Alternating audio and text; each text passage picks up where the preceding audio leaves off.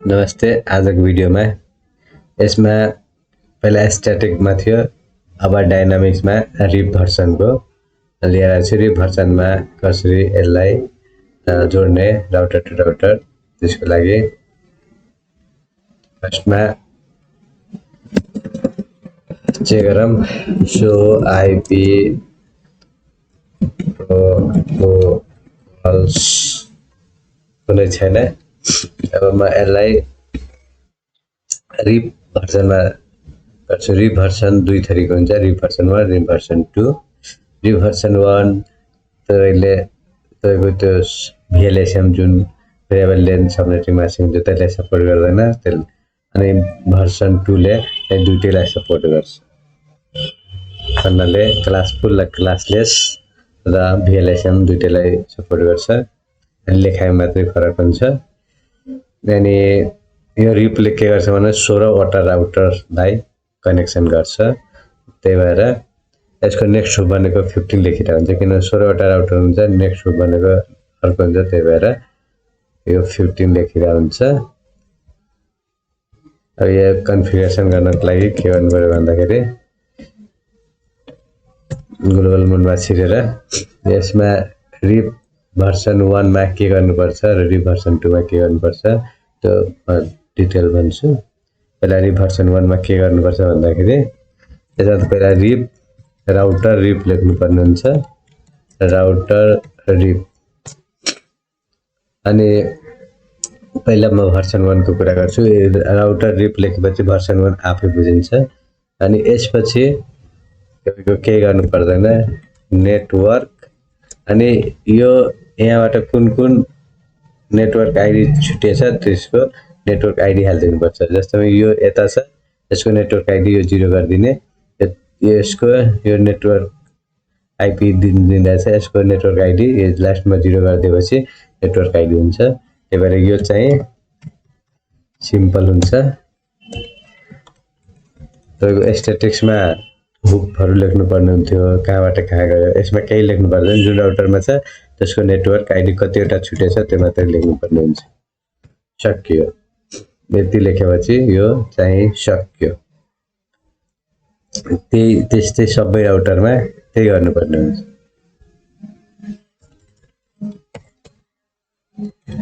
Configure to router RIP router RIP, त्यसपछि network. अब हेर्नु यो यसमा एउटा यता गएछ, एउटा यता छ अनि अर्को यता छ। यो 40 को नेटवर्क आइडी, यो 30 को नेटवर्क आइडी, यसको नेटवर्क आइडी लेख्ने सकियो। जस्तैमा 20.0.0.0 अर्को नेटवर्क फेरि 30 को 30.0.0.0.0 अनि अर्को नेटवर्क 40 को छ 40.0.0.0.0 सकियो। त्यही भएर यो चाहिँ सजिलो छ। अब म यसमा जान्छु। यसमा त्यही भएर स्ट्याटिक भन्दा डाइनामिक चाहिँ सजिलो हुन्छ। यो गए। अब त्यसपछि यहाँ यो राउटरमा एउटा यता गएछ, एउटा यता गएछ। यसको नेटवर्क आइडी 040 को लास्टमा 0, यो 50 को 0 गरिदिने सकियो। राउटर रिप नेटवर्क अनि 40 को 40.0.0.0.0 अनि अर्कोको नेटवर्क 50 छ 50.0.0.0.0 सक्यो। अब चाहिँ आरामले यहाँबाट यहाँ डाटा पठाउँदाखेरि मजाले जान्छ।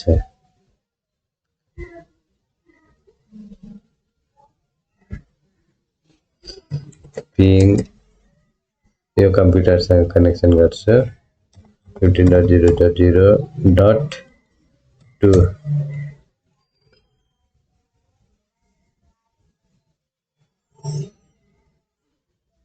आयो। यसरी हामीले मजाले तपाईँको डाटा चाहिँ रिप भर्सन 1 बाट पठाउन सकिन्छ। हेर्नुहोस् कुरा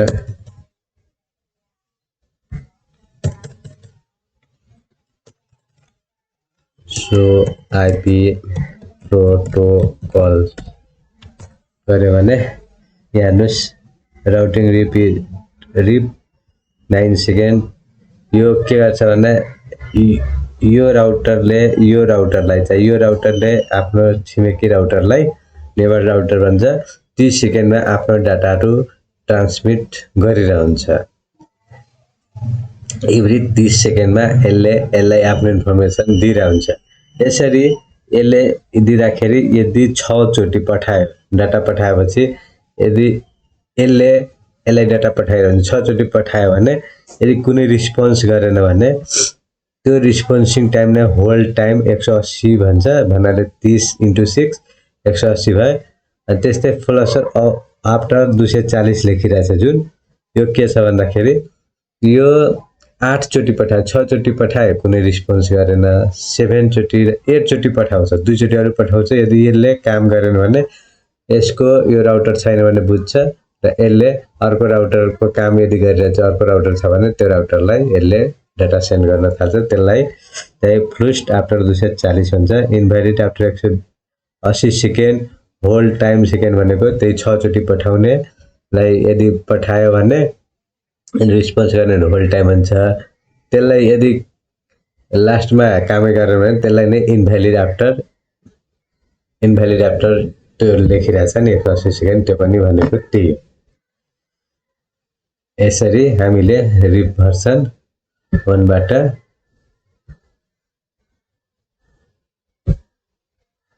यहाँबाट नि तपाईले यदि तपाईले कन्फिगरेसन गर्न गाह्रो छ भने यहाँ रिपमा गएर यहाँ लेख्नु भयो भने ठ्याक्कै यसले रिप मात्रै लेखिरहेछ नत्र यहाँ रिप भर्सन 1 लेख्थ्यो यदि यहाँ कोड यदि तपाईलाई गाह्रो लाग्छ भने हेर्नु यहाँ 40000 छ त यहाँ आएर पनि लेख्न सक्नुहुन्छ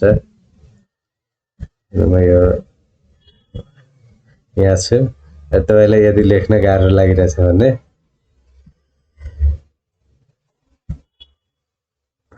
इनभ्यालिड आइपी एड्रेस इन्टर गर्नु छैन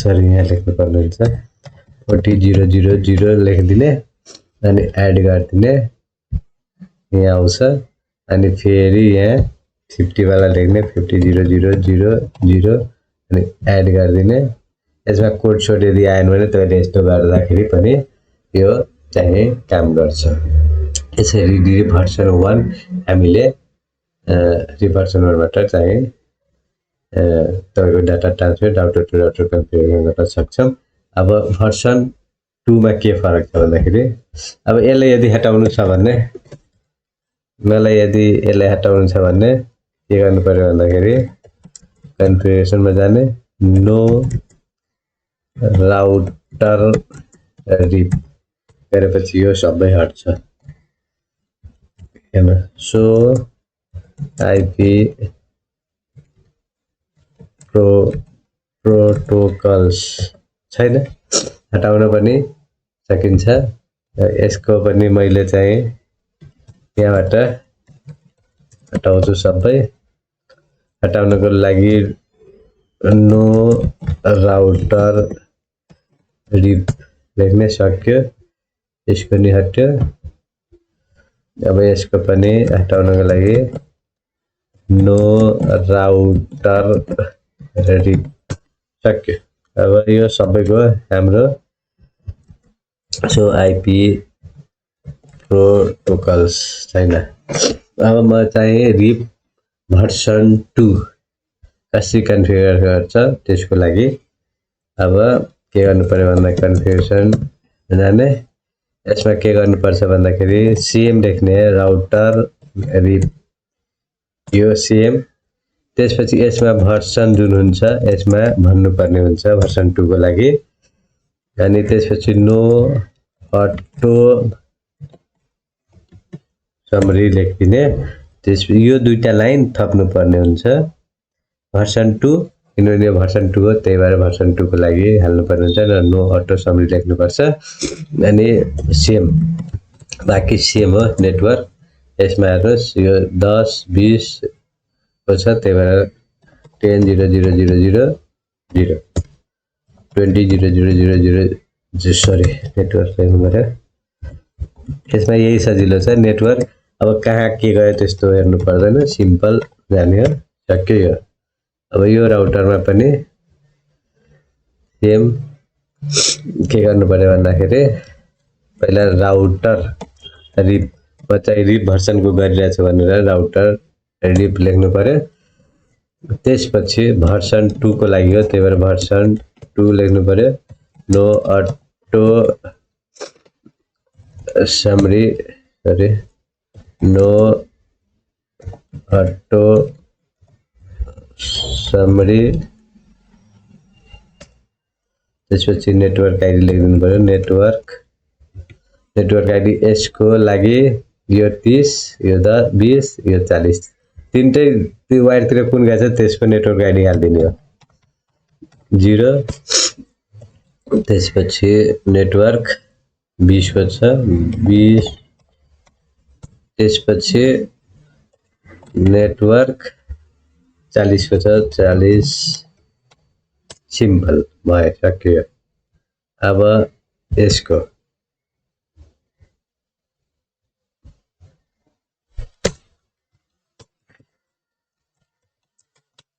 लागि सिधै के हेर्ने, यता वायर गएछ कुन नेटवर्क आइडी हुन्छ, यसको कुन हुन्छ त्यति लेख्ने हो, अरु केही हैन।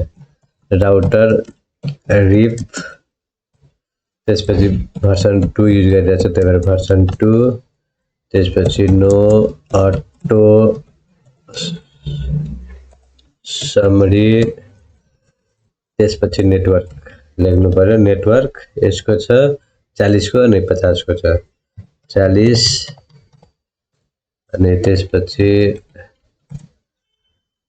नेटवर्क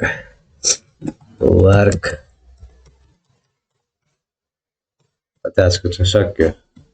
अब मजाले यो डाटा चाहिँ ट्रान्सफर हुन्छ। फेरि म गरेर छु पिङ 50.0.0.2 हेर्नु भइरहेछ। यसरी भर्सन 1 र भर्सन 2 यहाँ हेर्नुभयो भने तपाईको यहाँ यो रिपमा जानुभयो, यो भर्सन 2 चाहिँ लेखिरहेछ, छैन भने राउट यति मात्र लेखेको हुन्छ। यदि तपाईले कोड आउँदैन भने यो भर्सन लेखेर यहाँ कोड हाल्दिने हो, आउँछ। यसरी रिप 1 र रिप 2 युज गरेर तपाईले नेटवर्किङ गर्दाखेरि राउटिङ टु राउटिङ कन्फिगरेसन गर्न सक्नुहुन्छ। तर यसमा फरक यति छ भन्नाले यस्तो राउटर 16 वटा मात्र राख्न सक्नुहुन्छ, त्यो भन्दा बढी राख्न सक्नुहुन्न। अनि यसले एभ्री 30 सेकेन्डमा आफ्नो डाटा चाहिँ पठाइरहेको हुन्छ। यसको त्यो एउटा खासियत छ, काम भए पनि नभए पनि यसलाई चाहिँ यो पठाइरहेको हुन्छ एभ्री 30 सेकेन्डमा।